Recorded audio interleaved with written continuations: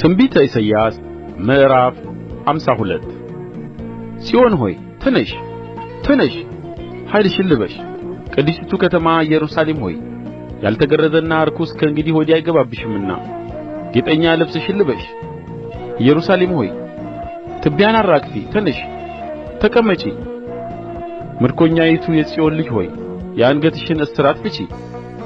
እግዚአብሔር እንዲህ ይላል፣ በከንቱ ተሸጣችሁ ነበር፣ ያለ ገንዘብም ትቤዣላችሁ።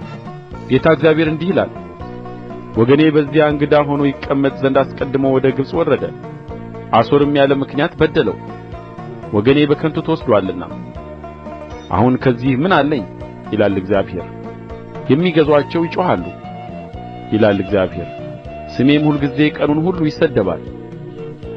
ስለዚህ ወገኔ ስሜን ያውቃል፣ ስለዚህም የምናገር እኔ እንደሆንሁ በዚያ ቀን ያውቃሉ።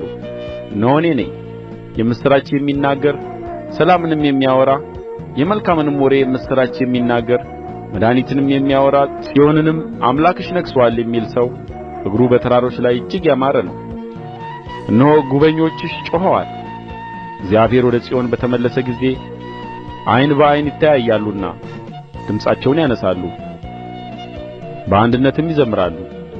እናንተ የኢየሩሳሌም ፍርስራሾች ሆይ እግዚአብሔር ሕዝቡን አጽናንቶአልና ኢየሩሳሌምንም ታድጎአልና ደስ ይበላችሁ፣ በአንድነትም ዘምሩ።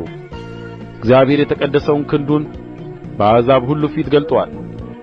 በምድር ዳርቻ የሚኖሩትም ሁሉ የአምላካችንን መድኃኒት ያያሉ። እናንተ የእግዚአብሔር ዕቃ የምትሸከሙ ሆይ እልፍ በሉ እልፍ በሉ፣ ከዚያ ውጡ፣ ርኩስን ነገር አትንኩ። ከመካከሏ ውጡ፣ ንጹሐን ሁኑ። እግዚአብሔር ይቀድማችኋልና የእስራኤልም አምላክ ይከተላችኋልና። በችኰላ አትወጡ፣ በመኰብለልም አትሄዱ። እነሆ ባሪያዬ በማስተዋል ያደርጋል፣ ይከብራል፣ ከፍ ከፍ ይላል፣ እጅግ ታላቅም ይሆናል። ፊቱ ከሰዎች ሁሉ ይልቅ መልኩም ከሰዎች ልጆች ይልቅ ተጐሳቍሎአልና።